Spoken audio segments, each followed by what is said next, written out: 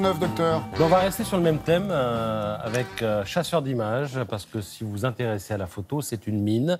Alors il y a les photos effectivement d'actualité, puis il y a les photos un peu mises en scène, ou des photos d'art, j'allais dire. Et là, chasseur d'images nous propose de découvrir le travail de certains photographes, notamment Fabrice Chabot. Alors lui, il est bordelais. Et il a imaginé une série qui s'intitule Presque. Presque au bon endroit, presque au bon moment, presque à propos.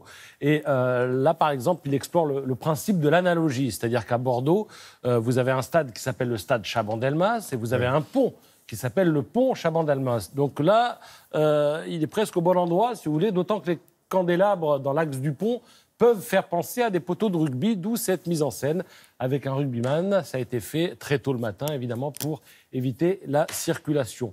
D'autres photos dans la même série. En haut, vous avez Stupeur. Alors, je vous préviens, le gars a deux caleçons. Effectivement, il y en a un sur les chaussures, mais il en a un autre qui est à sa place. Sous le manteau, comme on dit. On ne peut que l'imaginer, évidemment. Et l'effet est réussi. Et puis, vous avez en bas une œuvre intitulée « Dompter son œuvre ». Alors là, on est place Stalingrad, encore à Bordeaux. Et voilà, je crois que l'animal n'a pas bougé. Voilà. Alors, un autre photographe dont on peut découvrir le travail dans Chasseur d'images, c'est Gérard Héloïse. Alors, lui, l'idée, c'était de photographier les monuments, mais rien que les monuments. Il fallait qu'il n'y ait personne autour des monuments. Pas un chat, pas un être humain. Alors, il a fait ça tôt le matin. En plus, ça lui permet d'avoir une bonne lumière et des endroits déserts. Bon, certaines photos sont panoramiques et donc sont l'assemblage de 10, voire de 15 photos. Hein. Donc peut-être on a fait disparaître le passant ou celui qui rentrait de boîte très tôt le matin de l'image. Dans Le Parisien, vous avez une longue interview, c'est passionnant, de deux personnes, Emma Oliveira et Florent Gatterias. Ils sont psychocriminologues et ils publient un livre intitulé « Psychologue du crime ». Leur interview est passionnante. Ces gens-là ont beaucoup de choses à raconter parce que la justice fait appel à eux pour traquer les non-dits d'un suspect sur un procès-verbal de garde à vue, ou alors pour décortiquer une biographie avec des zones d'ombre. Alors, ils donnent des exemples de ce qu'ils ont apporté aux enquêteurs.